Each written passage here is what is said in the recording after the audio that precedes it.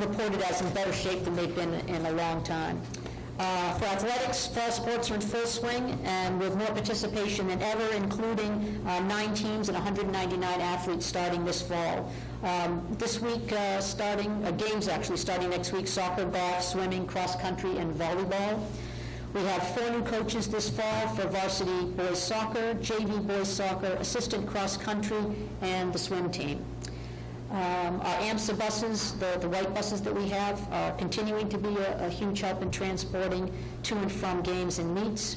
And finally, I think something to be incredibly proud of is that AMSA Athletics was just recognized for the 3rd consecutive year as part of the MIAA Sportsmanship Honor Roll, and will be recognized at Gillette Stadium this fall. So, pretty terrific.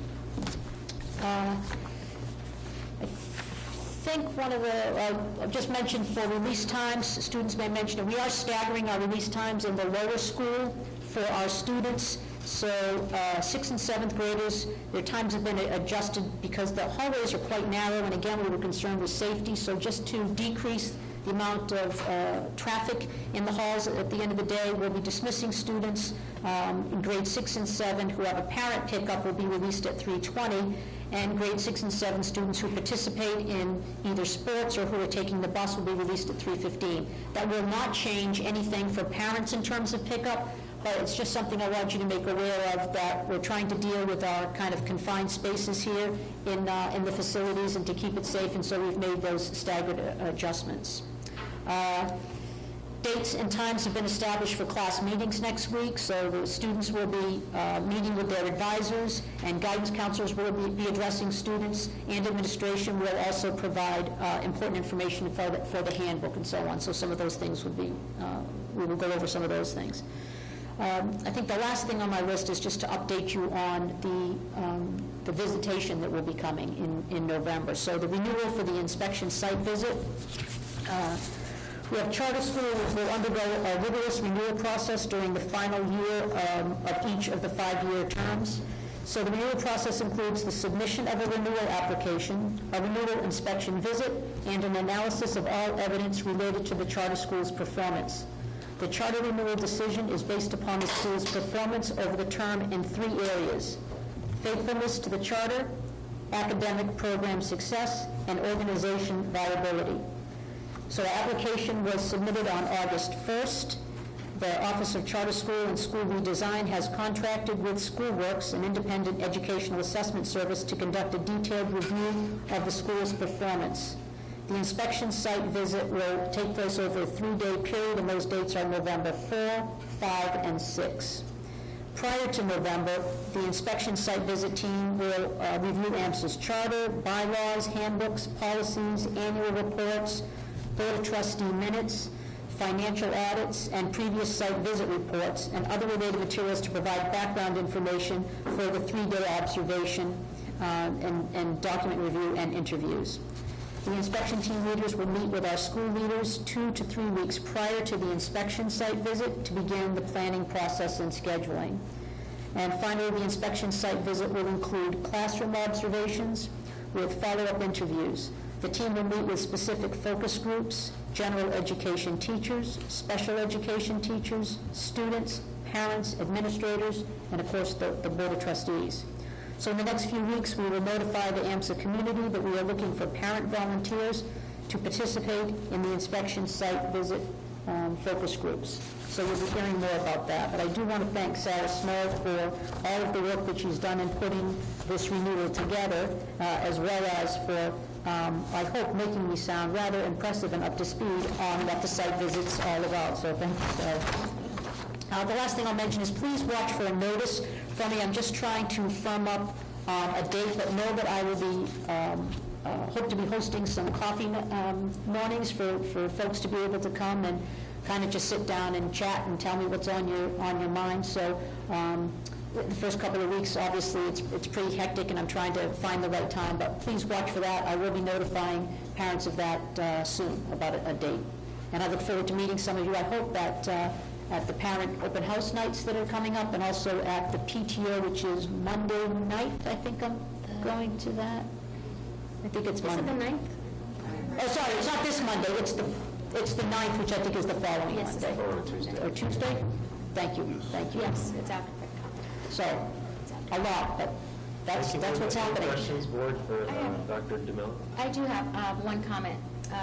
Busing, or 2 comments. Busing, I have to agree, Ann had contacted me a few weeks ago, I think still when we were interviewing, and told me there was 5 buses, and, some of the buses had 100 kids assigned to them, so I was very pleased to hear that we were able to get 6 buses. And it has been a struggle, and this is probably the first year that I haven't had to go to a school committee meeting in Marlborough and complain that our buses are, overloaded, so I think that's great news. And then the other thing for I forget the name of the portal, I think one important thing that we might want to think about is having some type of training at a PTO meeting or on a different night. I know they've done Edline training in the past, I think it's helpful, but especially since it's a new tool, it might be helpful for parents, or an online tutorial that they can access. Sure. I can tell you, I asked Erica, I'm sorry, I don't know her last name. She used to be Petrovsky, who was, yes, who was in our IT department. And I did actually ask her about that, and she said, believe it or not, she said this is incredibly intuitive, and she felt that it was going to be relatively easy. But to me, it won't take much effort for us to do a demonstration, show people, make sure that they're comfortable with it. But hopefully, folks are going to find it to be very user-friendly, is what I've been told. Yeah, and you always have new 6th grade parents that have never used a tool like this in their community, so I think it would be helpful for them. And I spoke to you earlier, and I addressed that some of the frustrations I was hearing in the community was about not having schedules, but I think overall the feedback that I've gotten from my kids is that the first few days were good. So I think the teachers, the administration, and the staff should all be acknowledged for a good first few days of school. Yeah, I mean, I hope that people were pretty understanding, I think, in general, and thank them for their patience, but I can't say enough how impressed I am coming on board to see how many people pulled together to make sure that the kids really didn't miss a beat coming in. And I know it was a little bit frustrating to not know exactly what their homeroom was or what things were, because people were just really trying to pull everything together. But I think in the end, we made sure everybody was taken care of, and any student issues were addressed as timely as we possibly could. So thank everybody for their patience if you were involved in any of that. Thank you. So we have a short update as a next agenda item on our third-party consultant, who is really beginning to peel back the onion on some of the parent and staff concerns of culture and management practices. I don't think the final report is out. Well, that's going to be the task force is made up of myself, Rick, and Chris. Obviously, you can see they're not here. I know Rick's been traveling for about a month now, and Chris is on vacation. Before I start, I want to thank the 60 plus staff and faculty that were involved in the interviews. I know it was over 75 hours of interviews were conducted, and I want to thank everyone that was involved in that process. We have been in contact with Diana Hammer, who is the third-party consultant. We did receive the 2014 climate survey on Friday, and we got some more information on Monday. The task force talked, and we really want to meet with her because we really want clarity on what was presented to us.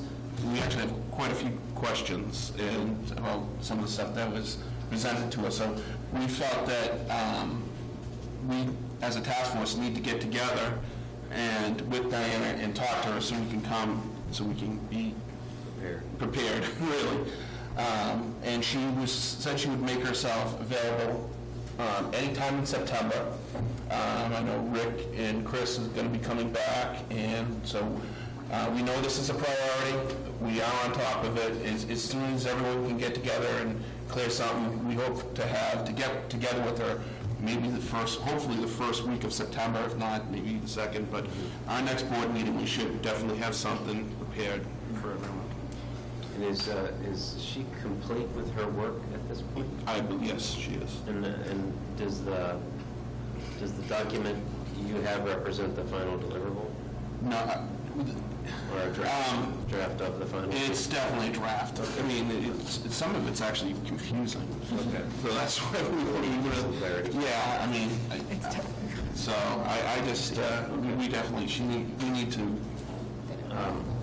So I know it's not helpful to talk about it when you don't understand all of it and you haven't had time to digest it, but could you comment a little bit on, do you think that there's really high-quality content in there that's going to be helpful for the school to move forward? yes, I do. I mean, there's definitely some, I mean, it's pretty obvious that there were issues. Yeah. I think that's very obvious, but I think we need to get together as a committee and really kind of weed out some of the stuff that was presented to us. And Some of it was like financial, and I don't even, not financial to the school. There were just some slides that I didn't think were really relevant. Okay. So we really just need to work with her. And is it the plan to then present to the board in our next annual or monthly meeting? Yeah, I believe, well, when is that? I believe we should be able to I get think we need to sort through the date for that. Yeah, at the end of this I mean, month. we plan on getting together very, very soon. We have the data, and it's just a matter of going to do it. And then one final question, because there's a bunch of parents in the audience. Is there a plan to publicize some summarized version? Yeah, I think we stated that in our minutes, but I believe that was actually part of it. Okay, great. Yeah, can I add that some of the teachers have approached me, they gave a lot of hours into interviewing and would like access to the final report and are somewhat concerned that they'll receive some kind of sanitized version rather than sort of, and I don't know if you can speak to that, but I know that that's a concern of teachers. I think they'll receive a final version. I mean, Yeah. I think we're going to present the final version. Great. Yeah. But I have to say. Confidential information with names and things would be not part of that. Right. Not that it's sanitized, but it's... Right, no, yeah, not what I meant, but I think teachers are concerned that the board might go through and say, oh, we don't really want people to see our dirty laundry, and I mean, to be honest with you, it was very professionally done, so it's not, like, it's not... Executive summary, It's an right? executive summary. It was very professionally done. I just think we need clarity on a lot of the stuff that was given. So, Great. That's it. As part of this discussion, though, one of the things that we had talked about is improving communication. We've talked about it a few different times. We talked about it as part of this section. No, not that close. This section of the agenda, we had talked about improving communication, and we touched upon it at the last governance meeting. And I know that the school was looking at the Let's Talk program, and we talked, Jess and I have been trying to figure out what's the best way for us to communicate out to our constituents, but also what are ways that the school is looking to create some improved communication in addition to the parent coffees where you're just trying to gather information and meet the community. I'm not sure if that Let's Talk program is moving forward, but if it is, I think it would be helpful to understand when would that be implemented and when will it be open up to the community so that they understand what it is. I can say it's my understanding that the intent is that it was going to move forward, that it was already something that was being put in place. I can't speak to it. I haven't had a chance to explore it. I've heard people mentioning it, and there's no decision to say we're not doing it or anything. So I think it's really just when we can get a handle on everything. So I'm going to say a couple of weeks. I would guess if it changes, I'll give an update about why that is the case. But I just think everybody right now is just focused on making sure we kind of get a good start to the year. But I would anticipate by the end of September, early October, we can start to get into a little bit more of our routine, that the regular things have been taken care So of. can we request an update at the next board meeting? Sure. Of this program, if it doesn't happen Absolutely. before How then? about even a more, maybe suggest a way we can use solution space to request an update on improved communication practices from the school to the community?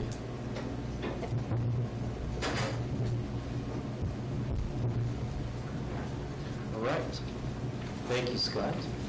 And our next item is Finance Committee with Tom. Please go ahead, Tom. Okay, thank you. Just a couple of quick comments here. This is July. Typically, we present the month-to-date and the year-to-date. Since our fiscal year starts in July, month-to-date is year-to-date, so that's why you're only going to see those columns up there at this point in time. The other comment that I would make is that July and August are kind of lumpy months. Not a lot going on, not a lot coming in and out, so you're going to see some variances here that don't really amount to a whole heck of a lot. By the time we get to September and we start looking at July, August, and September, that gives you a better trend picture. But with that, those opening comments, we'll start right at the top. Obviously, on the income side, tuition, we don't get a tuition payment in July. We expect that we're going to be moving to monthly tuition payments. We've heard that before. When we get a monthly tuition payment in October, then I believe that we're actually getting monthly tuition payments and not quarterly tuition payments at that point in time. But we got nothing, we budgeted nothing is what the moral of the story there is. We received, the minimum amount of grants came in, $218 through the annual giving campaign that came in. You'll see some miscellaneous expenses here. This just relates to interest income on our cash holdings that are out there, right in line with what we were expecting. If you come down to student programs, $58,911. That's made up of club money coming in, hold that thought, $29,702, keep that thought in mind. It also relates to summer school money that we got in, SAT prep course, that was what was coming in there. If you go down to the next line, athletic program, we actually had some prepayments for some of our sporting events, sports teams that actually came in July, so that number was a little bit ahead of what we were expecting. And then student transportation, this is prepayment for regional busing is what that number there is, okay? If we move down to the expense side, salaries, this typically relates to stipends is what this is. Stipends for SAT prep, summer school, things like that all flow through here, really right in line with what we were expecting. When we get to the September numbers, that'll be more meaningful at that point in time where we're trending. So we're slightly above what we were expecting, but not a dramatic amount there. Payroll tax and fringe, again, we were a little under on that one, nothing too dramatic to report at that point in time. Next, instructional supply. Next is professional development. Paid for some classes over the summer for teachers, some reimbursement and things like that is what goes into that.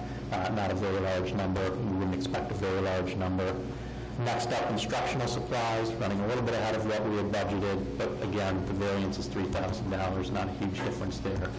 On the student programs, this is the expense side of the equation. You'll note the $29,702. What that represents is for clubs that have a balance in excess of $300, we're able to carry that over to the following year. You bring it through the income side, you bring it out of the expense side, it carries over and starts the new year with the balance that they ended the old year with. That represents the cumulative balance of all the clubs at AMSA, the $29,702, class dues and things like that is what's in that number. And then you're going to see the expense side of the summer school equation in there. So school actually made about $1,000 this year by hosting summer school. That equates to us being a good corporate citizen is what that works out to. Certainly not a moneymaker for the school, but the facility would go unused, and it was for a good cause, so $1,000 pizza poke in the eye with a sharp stick. Can we stay on this line? So the $15,000 is for the use of the facility? The $15,000, Nancy, help me out with what the $15,000 on the summer school expense relates to? What is that's a payment, that's an expense, right? That's an expense. Yeah. The summer school that. Is that So it's from our cost. It's our cost. Yeah. So we received $28,000, we paid out $15,000. 15K. So we ran a summer school. No. Aspect couldn't have summer school over the summer, so it's actually Aspects. They just used our facilities. So what So was we did not run it, but the money for the school. for the summer school, so you, The money came into us. and money paid went it out. Okay. And then the clubs. So you said any clubs that had a balance of $300 or less $300 or more or more gets can transferred. request to roll over the funds from one year to the next. Can I ask a little bit more about that? I know that that's been an issue for some of us who run clubs. So if we fundraise during the year, but we don't spend everything, it's possible for us to put that in our next year's budget?